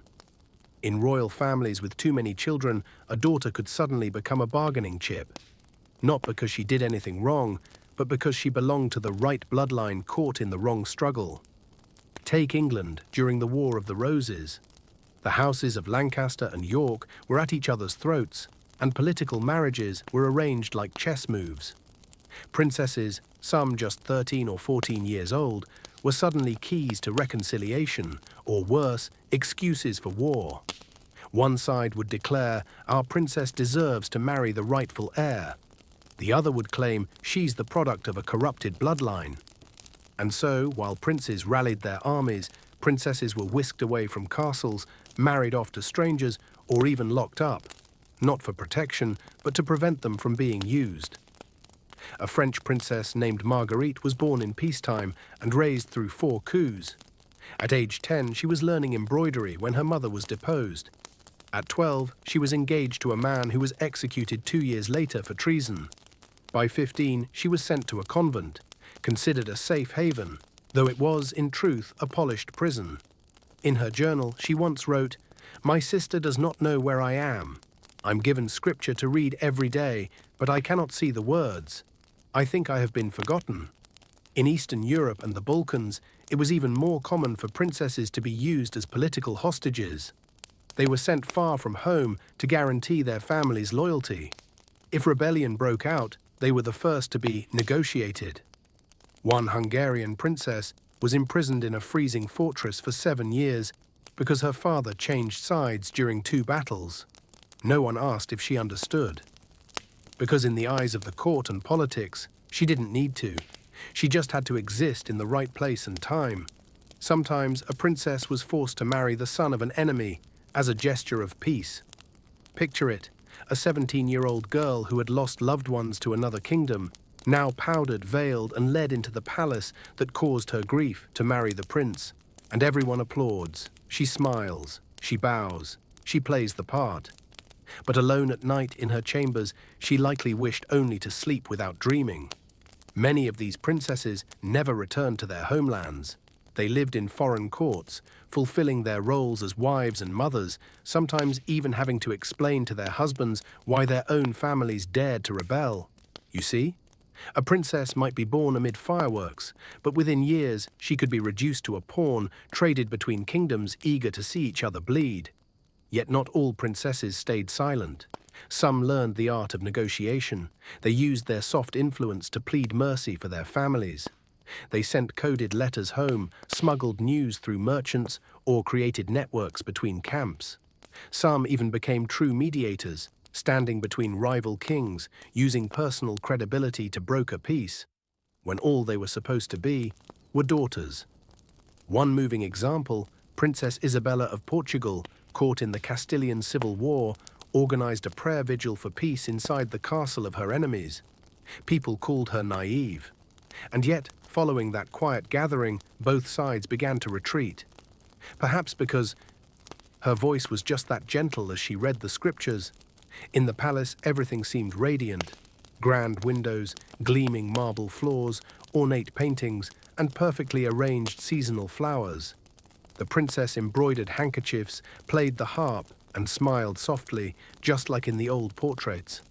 But what happens when that princess stops smiling? When she begins repeating herself, bursts into tears during a lesson, or screams at night for no reason?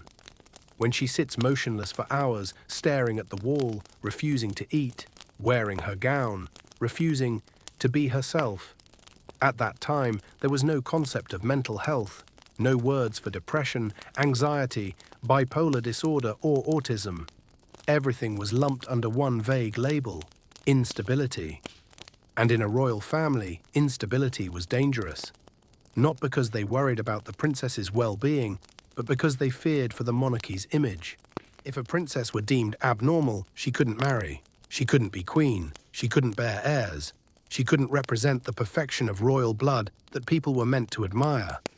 So the first reaction was usually silence. Her tutor would be replaced. Her schedule lightened. A private physician was summoned, often an elderly man with silver hair, prescribing herbal tonics or bloodletting therapy. The idea was to drain the blood to lighten the mind. It made sense back then. In practice, it only made the princess weaker.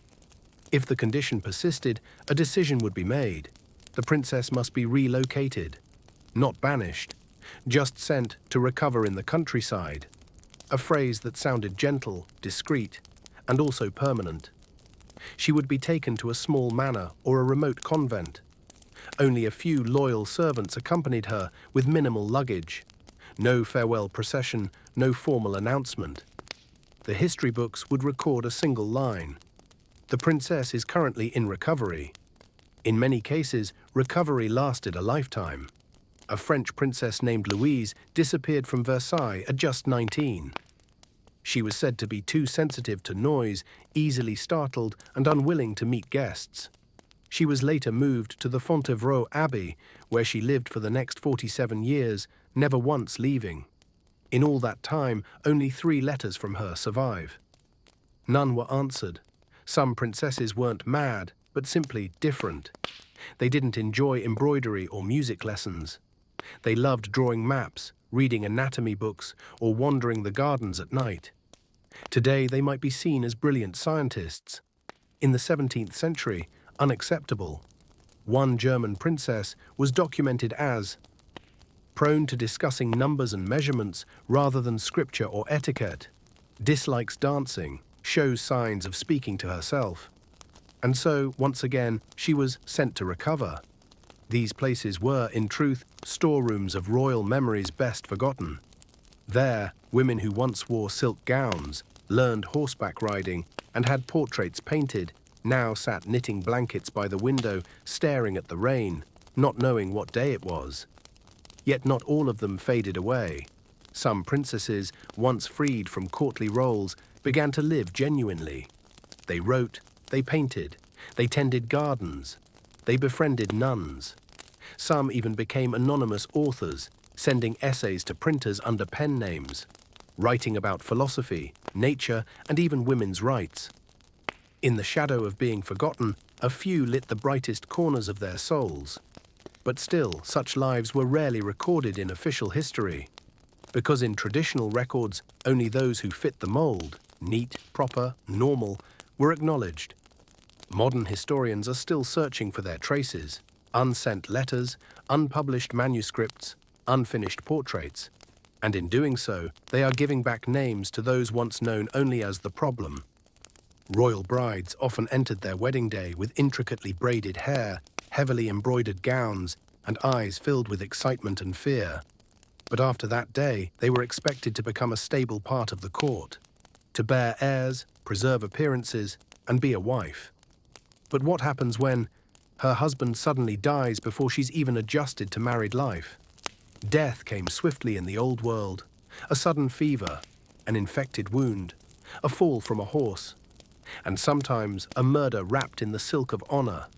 Whatever the cause, one thing was sure: she became a widow, and a very young one. Imagine this: you've just left your homeland to marry a stranger, learning a new language, adapting to unfamiliar customs, getting lost in the endless corridors of a new palace. And then, within months, even weeks, that man dies. No family, no child to hold, no clear role, and most painfully, no one prepared you for this. In those times, being a widow didn't mean freedom. On the contrary, it meant even tighter restrictions than those placed on a new bride. You had to wear black from head to toe. No makeup, no laughing out loud, no singing, no attending parties. In many courts, you must mourn for at least a year, living almost in seclusion. An Austrian princess, widowed at 19, was relocated to a secluded wing behind the palace. In her diary, she wrote, "I sit and watch the crack on the wall each day. They say I need time to grieve. But how can I grieve someone I never got to love? Many royal marriages were too quick, too distant for genuine affection to grow. So the grief wasn't always about lost love. More often, it was about losing position. No longer a wife, no longer a political piece in play, no longer part of any royal plan. And if she had no children, especially no son, she was deemed of no lasting value. Some courts would attempt to reassign her, that is, arrange another marriage. A widow in the West might be repackaged and married off to a noble in the East, like a returned gift, rewrapped. But not everyone was relocated. Some princesses became permanent widows, left to remain in the court where they'd once been wed, a polite figure in the background. No longer disruptive, strategic, and no longer asked for anything. Some chose to enter convents, not always out of deep religious devotion, but because it was the only place offering a clear role. As abbesses, as librarians, as scriptural scholars. There, they were no longer anyone's wife, nor the daughter of a king who made a mistake through inbreeding. They were quiet women, finally free of roles. A Portuguese princess named Catarina, widowed at 20 due to malaria, refused remarriage and entered a seaside convent. For the next 35 years, she taught music to young nuns. It's said she had a soft singing voice and made her morning tea with her left hand, even though she was right-handed, because her right hand once wore a wedding ring and she wanted that hand to rest. Not all widows were sad. Some used the quiet years to do things they were once forbidden. They read, painted, and wrote letters to their sisters. They tended herb gardens, adopted cats, or rewrote their memories quietly. Some became advisors to the court, understanding both worlds, the homeland of their birth and the one they married into. Some wrote political commentaries anonymously. Some mediated disputes between royal houses, even without formal titles. Others became spiritual mothers, raising orphaned children in the palace, guiding young princesses, and leaving a mark through gentleness rather than authority. But most were forgotten. They bore no children, caused no scandals, and held no influence. They were like late-blooming flowers in the shaded corner of a royal garden, never visited, yet still quietly fragrant. In the old days, when people wanted to ensure wealth, power, and bloodlines didn't spill out, they had a straightforward solution: marrying within the family. Not just within the village, but within the actual bloodline. And the ones who bore the consequences first were almost always the princesses. Imagine growing up in a palace, playing with your cousins every day. Maybe the boy climbed trees with you, danced in lessons with you, or fought you once over a stolen piece of cake. The one your mother always called dear nephew. The one you thought of simply as family. Then one day, as you hit puberty, the adults say, "He's your future husband." You think it's a joke, but it's not. Everyone in the room is serious, and the name they say is that identical cousin you once kicked in the forehead when you were 7. Of course, royal girls usually knew they were spoken for from a young age, but knowing it and living it are two very different things. And when it happens, it can still send a chill down your spine. In royal houses like the Habsburgs, the Bourbons, and Italian nobility, Marriages between first cousins, nieces and uncles, or even uncles and their nieces weren't rare exceptions, they were standard practice. Everyone knew the risks. The children born from these unions were more likely to be weak, deformed, or die young. But the courts did it anyway because the cost of poor health was seen as less dangerous than the political risk of marrying an heir into another dynasty. To make it sound more acceptable, they even named it internal alliance. It had the ring of strategy and the scent of excuse. And the princesses? They still bowed, still smiled, still wore the wedding gown, and sat through the ceremony as if they were the happiest girl in the world. Even if inside they were dizzy with memories. The cousin who smeared mud on their dress, kissed a maid in front of them, or got them both locked in the cellar for tearing pages out of a sacred book.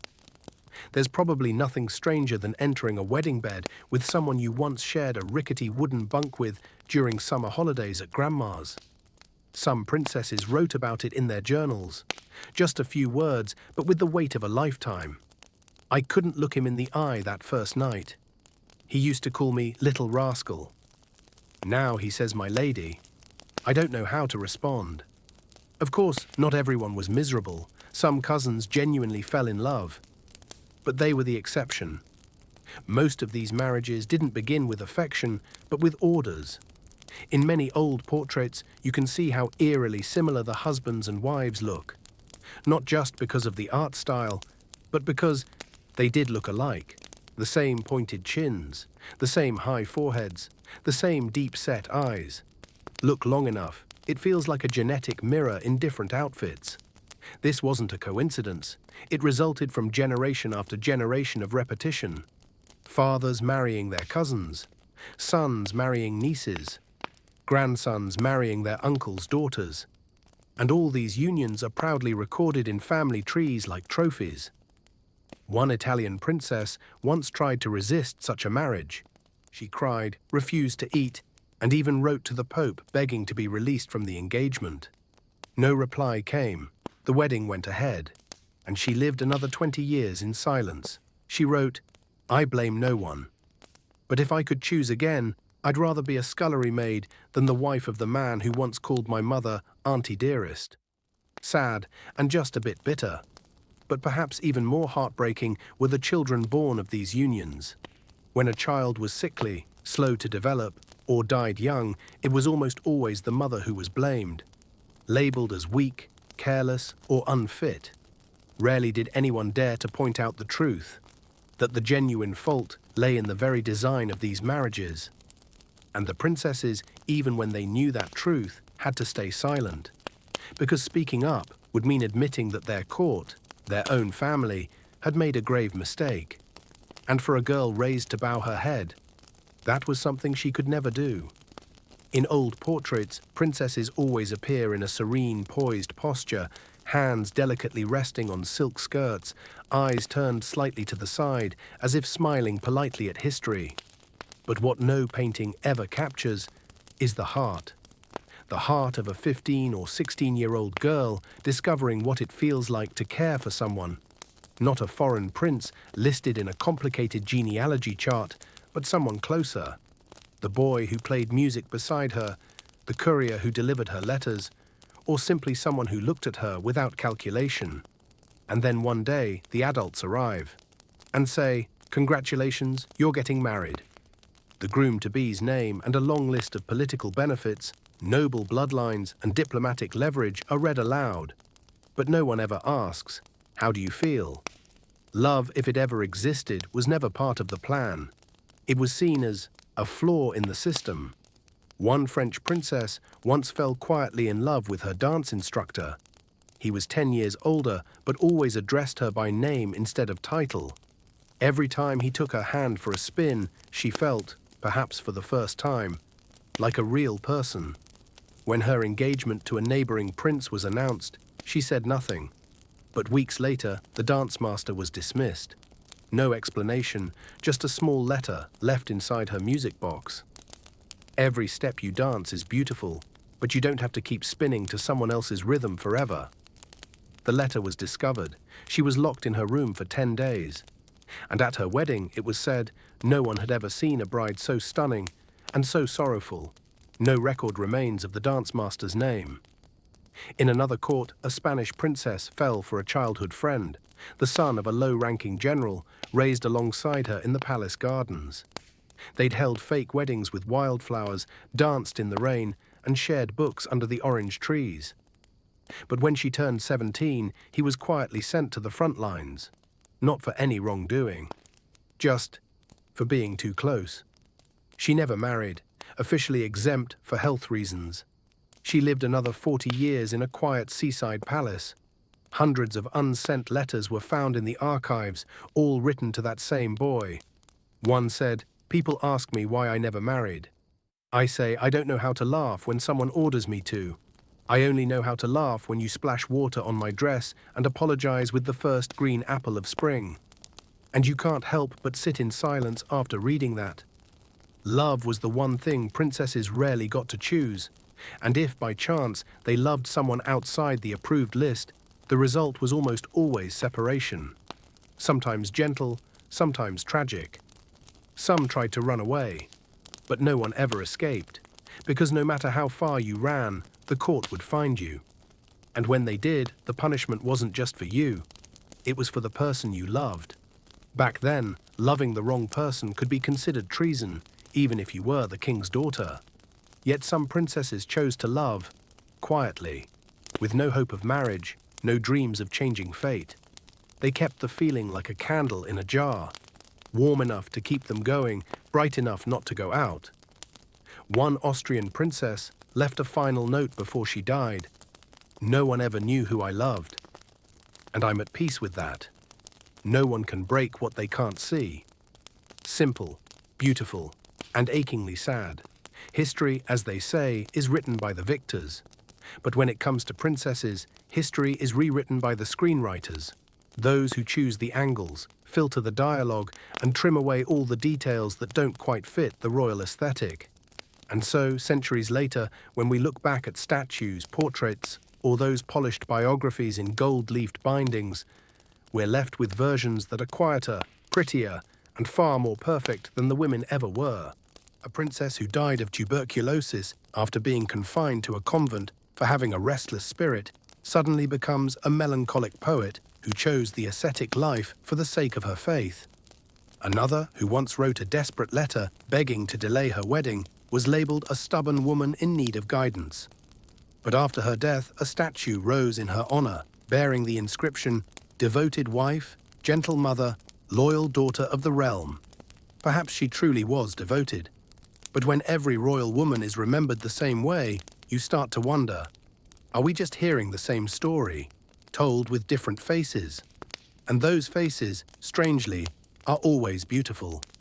In old paintings, nearly every princess has flawless ivory skin, shimmering eyes, rose-pink lips, and a delicate posture.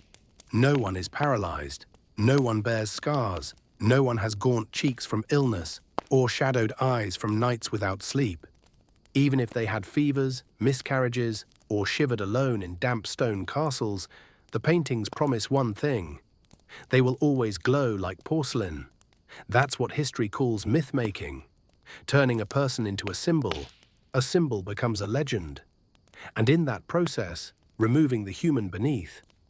An Italian princess, forced into marriage at 14, died 3 years later of pneumonia. But a century later, a statue was raised in the town square. She holds an olive branch, eyes lifted to the heavens, and the inscription reads, "A symbol of peace and faith." Peace, faith, no one knows. What mattered was, the statue looked lovely, the people felt reassured, and the crown kept its gleaming history intact. Partly because the truth is too sad. Think about it. If you were writing the official record, what would you choose? A girl forced into marriage who lived a lonely life and died quietly? Or a noble figure, steadfast and virtuous to the very end? The second version sells better, but sometimes those who truly lived beside the princess, a maid, a scribe, a physician, left behind fragments of honesty. And it's often those small, unvarnished notes that leave us speechless longer than all the grand praises combined. like this line, found 200 years later in a quiet Salzburg library. She didn't smile once in her final 3 years. But each morning she made tea for the old gatekeeper. No one asked, she just did. No pageantry, no glory. Just truth. And suddenly we understand. Not every princess needs a statue. Some need to be called by their proper name. Not polished, not embellished, not wrapped in gold leaf and grace. Because it is that very silence, those things they were never allowed to say, that make them most worthy of being remembered. Within royal bedchambers, behind heavy velvet curtains, beside mirrored vanities with perfume bottles and embroidered linens, there was often one small, overlooked object, a jewelry box. And no, it didn't just hold riches. People imagined princesses storing diamonds, pearls, or gemstone necklaces.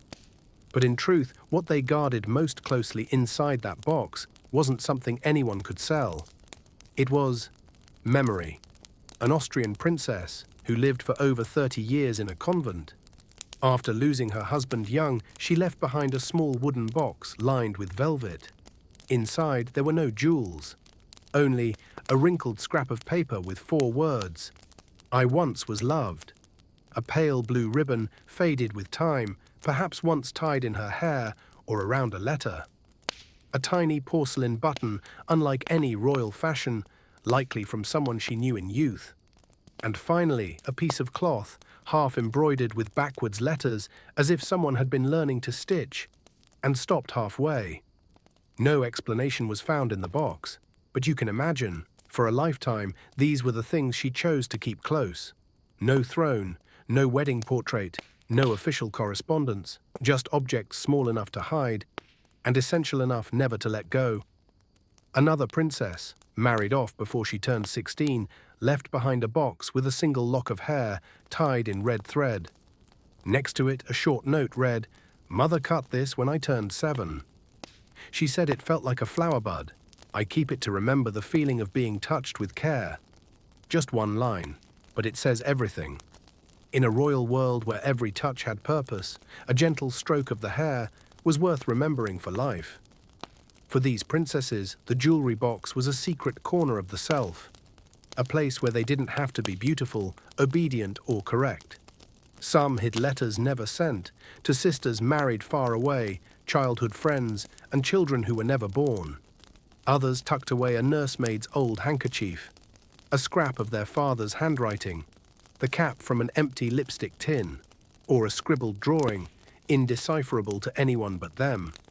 These were never mentioned in history books, but they were history, not the history of wars, treaties, or royal alliances, but emotional history, a record hidden under velvet, behind brass locks, inside hearts that were never allowed to speak aloud. A French princess once wrote in her diary, "I wish for a place where all the things I must not say may rest. If they have no shelter, I will shatter." And perhaps the jewelry box was that shelter. Not every princess kept her box forever. Some burned them before they died. Some asked for them to be buried beside them. Some, quietly, gave them to the only person who ever truly listened. There's a story that an old handmaid, who had served a princess since childhood, "Once I found a box in a drawer. Inside was only a letter. If you're reading this, I am gone. Thank you for calling me by my real name, not a title. You were the only one who did." We don't know who that princess was. No statue, no book mentions her. But that one detail is unforgettable. And then we understand. Those tiny boxes held entire galaxies. Never opened at banquets, never displayed at coronations. But each time they were opened, a heart, finally, could breathe. There was one place where a princess didn't have to smile, didn't have to sit up straight, didn't have to say yes in the correct royal tone, a place where she could finally exhale, in her breath. That place was her private bedroom. It sounds simple, but in the royal world, where every step, every glance was watched, a room where no one could enter without permission was the rarest of luxuries. It was the only place where a princess could be human. In ancient palaces, a princess's bedchamber was often tucked away on the upper floors at the end of long stone corridors. The doors were heavy, the walls poorly insulated, but the inside felt quiet, like no ceremony ever was. No court etiquette, no blinding chandeliers, no soldiers' boots or flute music from the banquets below. Only the sound of breath, the soft swish of a hand fan, the rustle of silk sheets. Many princesses, even those raised under strict discipline, kept a secret corner in that room. Perhaps a hidden drawer with forbidden books, a windowsill where they wrote letters by moonlight, a single worn pillow that was just soft enough. Here they dreamed, and they dreamed uncensored. One Spanish princess once wrote in her diary, "In my dreams, I wear no gown. I run barefoot in the garden and laugh so loud no one reminds me to sit correctly." No one ever recorded how often she wept in that room, waiting for a letter that never arrived. How often she stayed up, thinking she heard hoofbeats, hoping it was someone from her past returning. Or how many nights she woke from a nightmare of a wedding that wasn't hers. Some of these royal bedrooms still exist today, preserved as museums. Visitors see the canopy beds, the velvet drapes, the vanities. But what they don't see is the soul that once lived inside. Like Princess Charlotte's room, where she spent nearly 40 years after her husband died. The ink bottle on her desk was still in place. A small chair lined with sheep's wool sits beside her bed, perhaps used for reading, or where an old cat used to nap. Between two books, someone once found a scrap of paper with this line, "If I could start over, I'd sell pastries at the market. Not because I hate the crown, but because I love watching people choose cake." Such a strange, tiny wish, and yet entirely real. Because in that room, she could dream of things that had nothing to do with royalty. Some princesses learned to draw in secret. They sketched inside their wardrobes, on the backs of mirrors, in the final blank pages of their prayer books. Not to exhibit, but to leave behind something no one else could claim. Some folded paper into birds and dropped them from the window. Some carved little notes beneath their powder compacts. If you're reading this, I'm gone, but I hope you find a room of your own. Within those small spaces, they also return to their childhoods, tucked away an old doll, a plastic bracelet from age 8, a half-written poem from when they were 12, now silly but still tender. One elderly handmaid once said, "My princess sat like a statue by day. But at night, when I brushed her hair, she'd tell me stories about the kitchen mice and giggle like a little girl." No one recorded those moments. But that's when the authentic self came alive. And when those princesses finally left this world, others came to pack the room. They took the mirror, the carpet, and the sheets. But what they couldn't take were the dreams that had soaked into the cracks of those walls. Because that room wasn't just a place to sleep. It was the one space where a princess wasn't expected to become anything at all. In an old library nestled in the quiet valley of southern Germany, there was a wooden box bound with leather straps, no label, no seal, no sign of ownership. When opened, it revealed a small, time-worn notebook, its pages yellowed and brittle, ready to crumble at the slightest touch. No cover, no name, only a soft, slanted inscription on the first page. "If I cannot be remembered by voice, then let me exist in ink." And so the voice of a princess no one remembers began to speak, page by page, in whispers. There were no precise dates, just fragments, little entries scattered like fallen leaves. One day she wrote about breakfast. The bread was stale today, but still warmer than the silence that sat through the meal. Another page held just a murmur. "I miss laughter. Not mine, but the kind that made me forget I was playing a role." Each line felt like a confession, never spoken aloud. She wrote of her mother, who taught her to stand beautifully but never asked, "Are you tired?"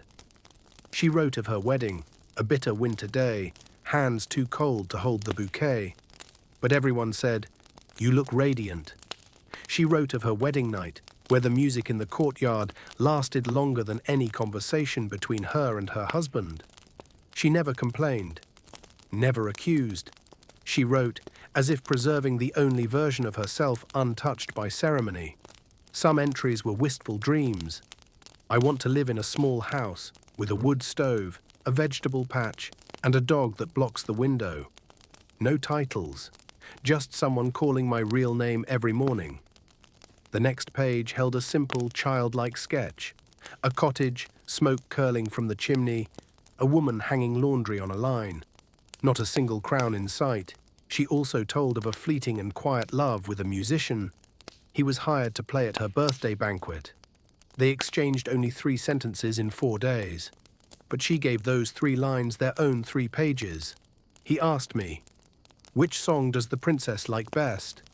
I said, "The ones without lyrics, so I can write my own." He laughed. I kept that laugh for 27 years. And just like that, he vanished from the palace. No name, no trace. But she kept him in the ink no one was meant to read. As time passed, her entries grew shorter. The handwriting is shakier. The sentences are quieter, sadder. I'm still here. I still remember. They call me the royal widow.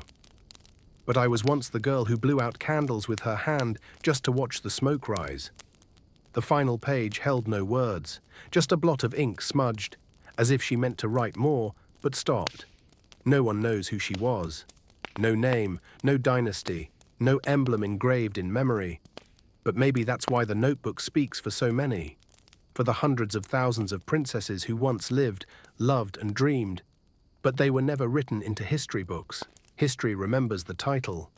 The powerful, those with heirs and armies. But some left nothing behind, except a heartbeat tucked in paper.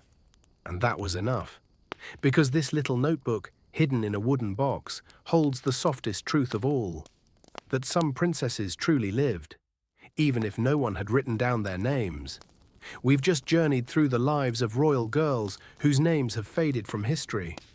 Girls who once lived in dazzling palaces, but cried silently beneath their covers at night.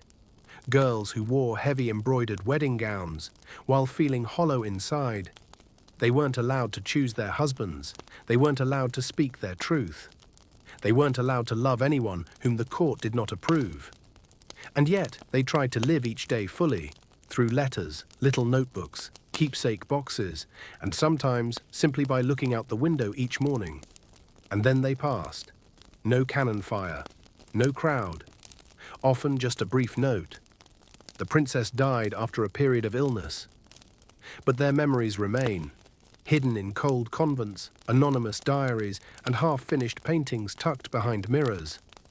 We may not know their names, but tonight you brought them back, gently, quietly, not with fanfare, but with your attention.